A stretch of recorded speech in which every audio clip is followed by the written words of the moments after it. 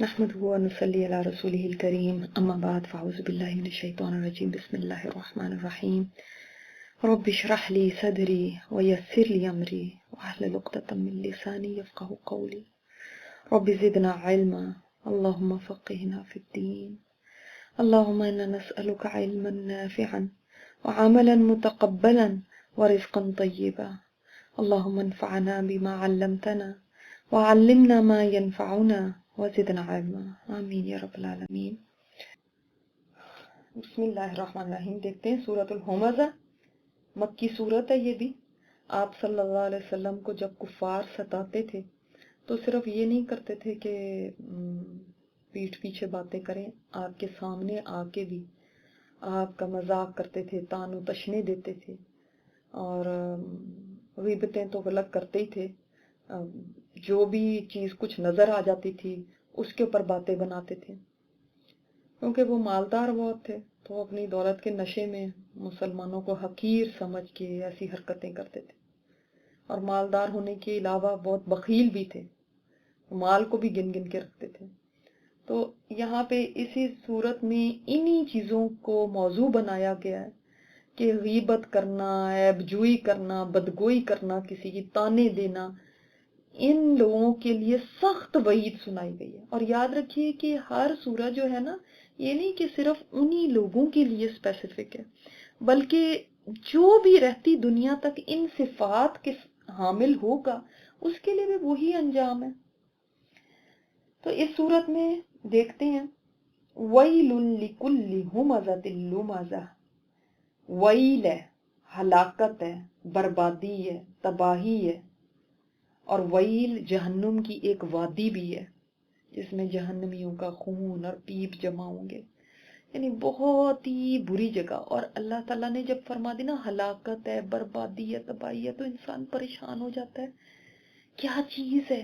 کوئی چیز ہے، کون سی چیز ہے جس کے اوپر اتنی بڑی وعید ہے کہ ویل ہے اس کے لیے؟ یعنی ایک بددعائیہ کلمہ بھی ہے، جیسے ویل للمطففین آپ نے پڑھا، تو ایک وہ بھی ہے، اور دوسری اس کا انجام بھی بتا دیا کہ ایسے انسان کے لیے یہ ہے جو اس کا نتیجہ ہوگا۔ کس کے لیے؟ لیکلی، لیے ہر، ہمزہ لمزہ، ہمزہ کے لیے اور لمزہ کے لیے۔ اچھا، اب ہمزہ اور لمزہ دو لفظ ہیں جو سمجھنے والے ہیں، یہ کیا لفظ ہیں، ان کا معنی کیا ہے، اور یہ معنی میں قریب قریب ہیں۔ ہمزہ لمزہ ایک ہی وزن پہ ہیں، فعلا کے، اور جس میں کثرت کا معنی آتا ہے، یعنی یہ ان کی سیکنڈ نیچر بن جاتی ہے، اس کو وہ برائی نہیں سمجھتے، یہ تو وہ ایسے ہی کرتے رہتے ہیں چلتے پھرتے۔ تو وہ کیا چیز ہے ہمزہ؟ حماد مشائن بن امین پہلے پڑھا ہے نا ہم نے 29 پارے میں، تو یعنی حماد اور ہمزہ ایک ہی روٹ سے ہیں۔ ہمزہ کہتے ہیں جو کسی کے منہ پر عیب لگاتا ہے، اور لمزہ جو پیٹھ پیچھے برائیاں کرتا ہے، یعنی غیبت کرنے والا۔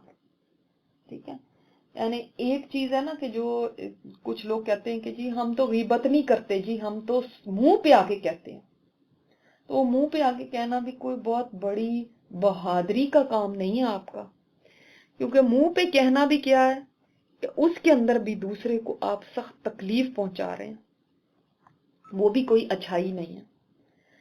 اب یہاں پہ اس کے لیے بھی ویل ہے، وہی ہے جو ہمزہ کے لیے، وہی لمزہ کے لیے، لیکن دونوں کے لیے ویل ہے۔ ہم نے سورۃ الحجرات میں پڑھا تھا نا ایٹیکیٹس پورے، کیا اخلاقیات میں، تو ہم نے یہ بھی پڑھا تھا کہ جو ایسے لوگ ہوں گے جو غیبت کرتے ہیں، وہ جیسے کہ کسی مردہ بھائی کا گوشت کھانا، اور آپ صلی اللہ علیہ وسلم نے خطبہ حجۃ الوداع میں کیا فرمایا تھا کہ جیسے آج کا دن، یہ مہینہ، یہ شہر، یہ جیسے یہ حرمت والے ہیں، اسی طرح تمہارا مال، تمہاری جان، تمہاری عزت ایک دوسرے پر حرام ہے۔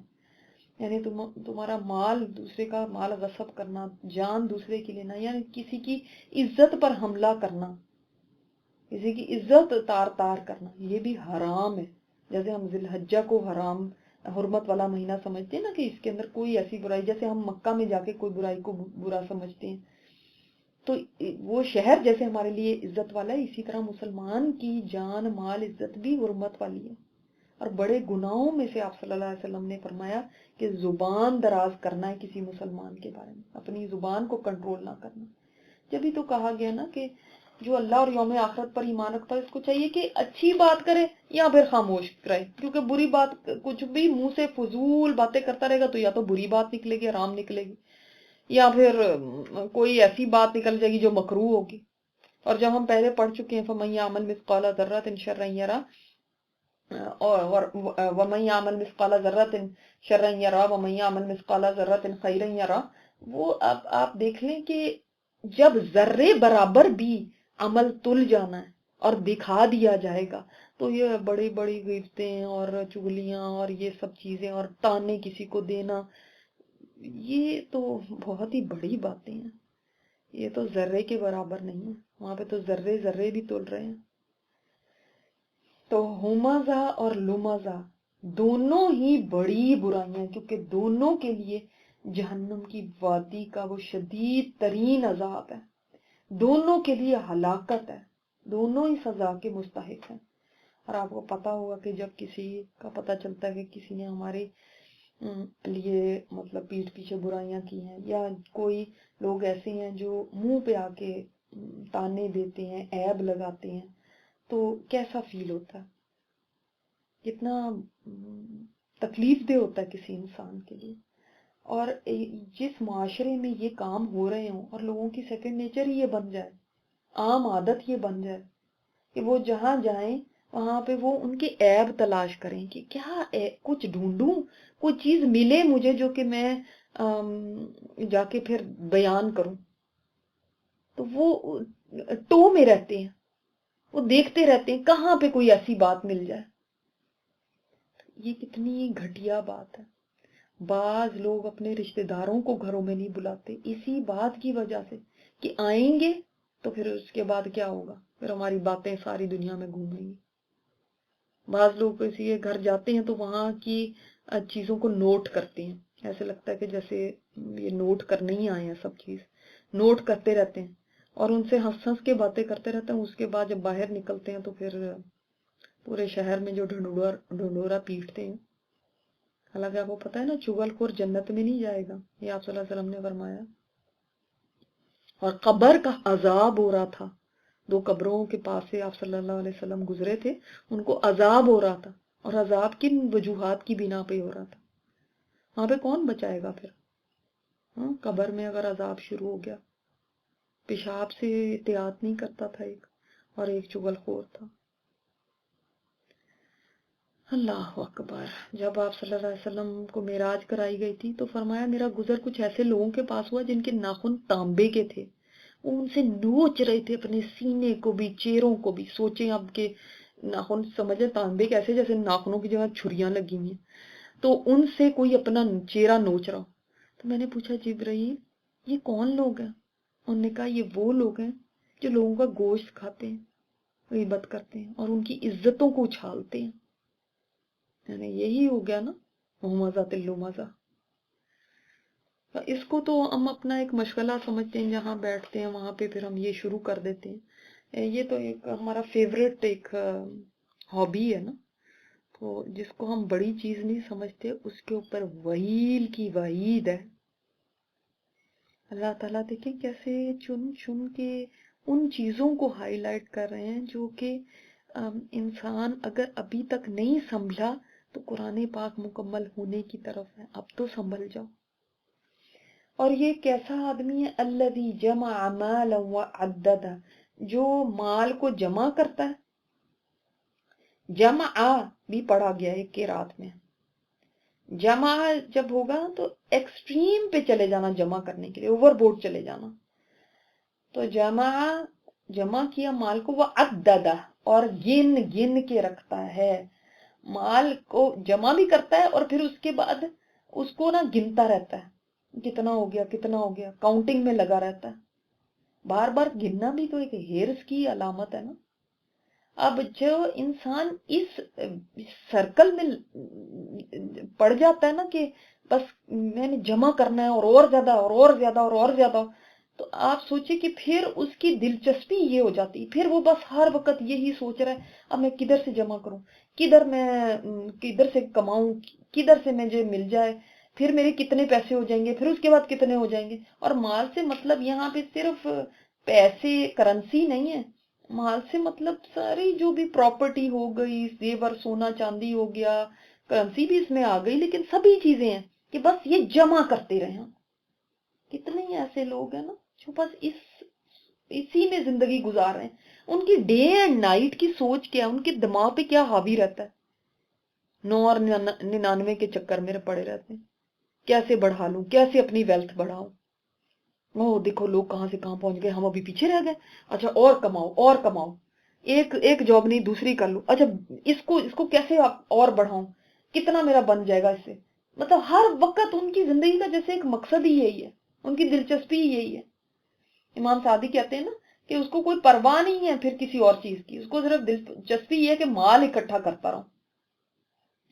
ایسے کئی لوگ پھر جب یہ جمع کرنے کے چکر میں ہوتے ہیں تو پھر وہ سپینڈ بھی نہیں کرتے، وہ کہتے ہیں کہ اگر سپینڈ بھی کیا کم ہو جائے گا، کنجوس ہو جاتے ہیں، اتنے کنجوس ہوتے ہیں کہ کہیں خرچ نہیں کرتے، بس جمع ہی کرتے رہتے ہیں۔ اور بدترین کنجوس تو وہ ہے جو اپنے آپ پہ بھی نہیں خرچ کرتا۔ اب کیا ہے ایسے بندے کا حال، یحسب ان مالہ اخلدہ، وہ سمجھتا ہے کہ اس کا مال اس کو ہمیشہ ہمیشہ اس کے پاس ہوگا، اس کا مال، اور اس کو ہمیشہ کی زندگی دے دے گا۔ اب میرے پاس اتنا پیسہ ہے، اب مجھے کوئی پرواہ نہیں ہے، اب تو بیٹھ کے کھائیں گی میری نسلیں بھی۔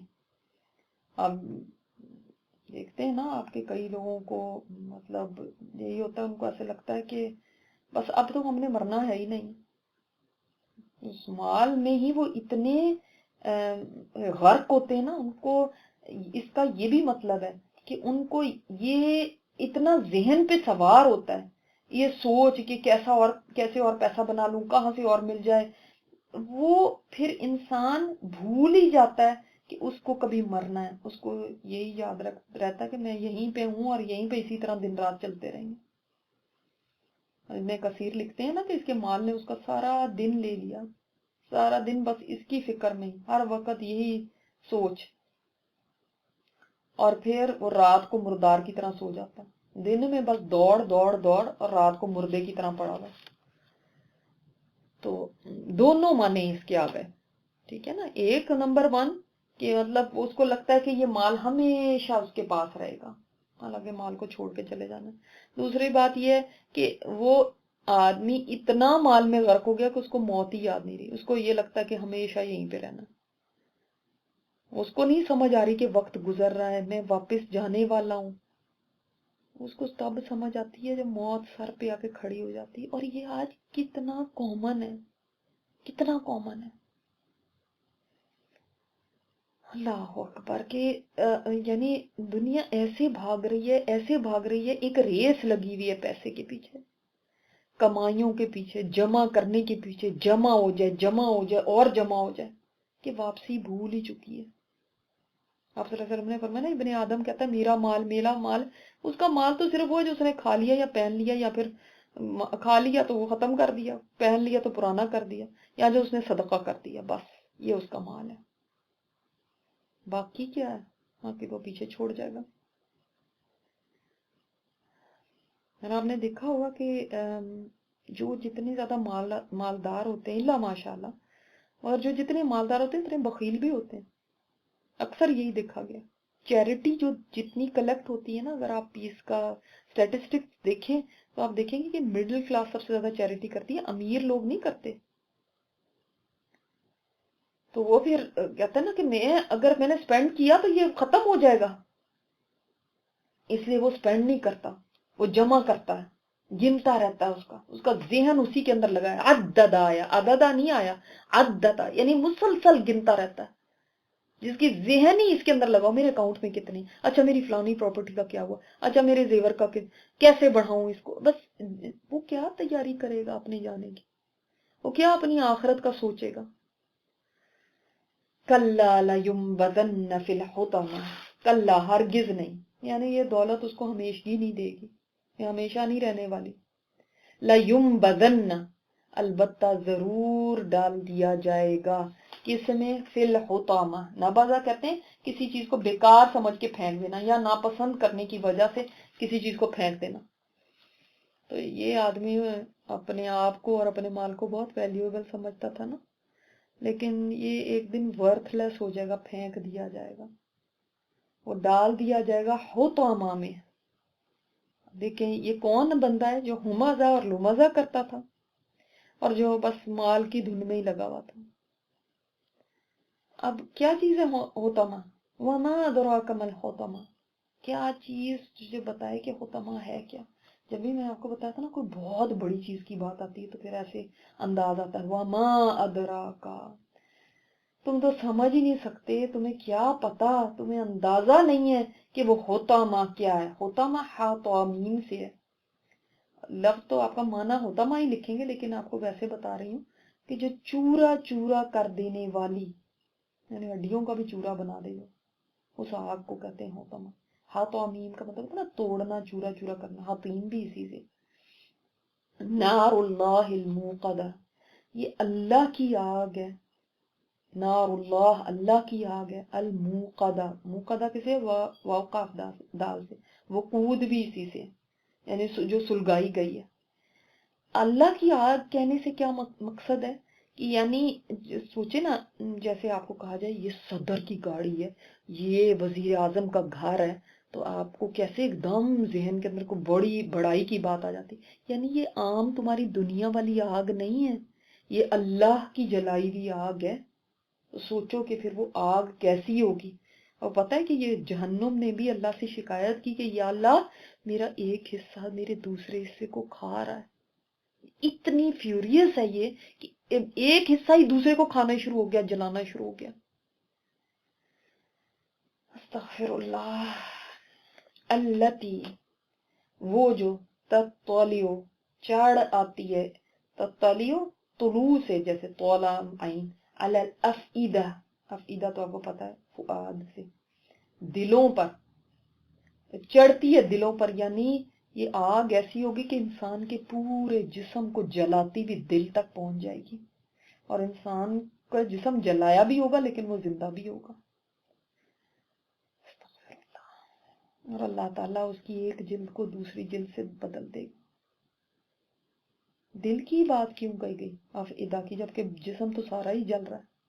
اسی دل میں لوگوں کے بارے میں باتیں آتی تھی نا، اسی دل میں دنیا کی ایسی محبت تھی کہ تم مال گن گن کے رکھتے تھے، کسی پہ سپینڈ نہیں کرتے تھے، تمہیں پتا تھا کہ تمہارے ارد گرد غریب ہے، مسکین ہے، یتیم ہے، مگر جمع کرتے رہنا، جمع کرتے رہنا۔ جمع ایسے کر کر کے گنتا وہی رہ سکتا ہے جو اتنا بخیل ہو کہ وہ کسی پہ سپینڈ نہیں کرنا چاہتا، اس کو دولت سے بہت محبت ہے۔ جب دولت سے محبت ہوتی نا، یہ جب گننا کیا چیز دکھاتا ہے، عددہ، وہ گنتا رہتا ہے، گنتا رہتا ہے، کیوں؟ اس کا فوکس یہ ہے کہ اور بڑھے، اور بڑھے۔ جب اس کی محبت، اس کی دلچسپی اور اس کی اتنی زیادہ چاہت ہے اس مال کے لیے، تو وہ تو کبھی نہیں سپینڈ کرے گا۔ اس کی بلا سے کوئی مرے، کوئی جیے، کوئی یتیم ہو خاندان میں یا مسکین ہو، اس کو کیا؟ اور ہمزہ اور لمزہ کے لیے یہ کتنی بڑی بات ہے کہ دل تک آگ چڑھے گی، کیونکہ دل میں پہلے غلط جذبات آتے ہیں تو زبان سے پھر بھیگتے ہوتی ہیں، دل میں پہلے کینے پلتے ہیں، دلوں میں پہلے برائیاں آتی ہیں، پھر انسان دوسرے کو تانا دیتا ہے، پھر اس کے عیب تلاش کرتا ہے۔ انہا علیہم مؤصدہ، بے شک وہ ان پر بند کی ہوئی ہے، فی عمد ممددہ، ستونوں میں لمبے لمبے، یعنی جیسے کہ آپ سوچ لیں کہ تندور ہے یا اوون ہے یا پریشر کوکر، سمجھ لیں ایک بڑا پریشر کوکر، اس کے اندر آپ گوشت ڈال کے اس کو بالکل ٹائٹ بند کر دیتے ہیں، اسی طرح وہ ان کے اوپر بند کی جائے گی، بند کی ہوئی ہے ان لوگوں کے اوپر، یعنی ان کے اوپر ڈھکن لگا دیا جائے گا، یہ اندر ہی، استغفر اللہ ربی اللہم اجرنا من النار۔ انسان کو نا ذرا سی گرمی لگتی ہے تو وہ کہتا ہے باہر نکلوں، جدھر بھی، جس جگہ پہ بھی گرمی ہو، گھر کے اندر ہو تو کہتا ہے باہر بھاگ جاؤ، باہر ہو تو کہتا ہے کسی شیڈ میں چلا جاؤ، لیکن یہ کیسی ہے؟ مؤصدہ، یعنی بند کر دی گئی ہے ان کے اوپر،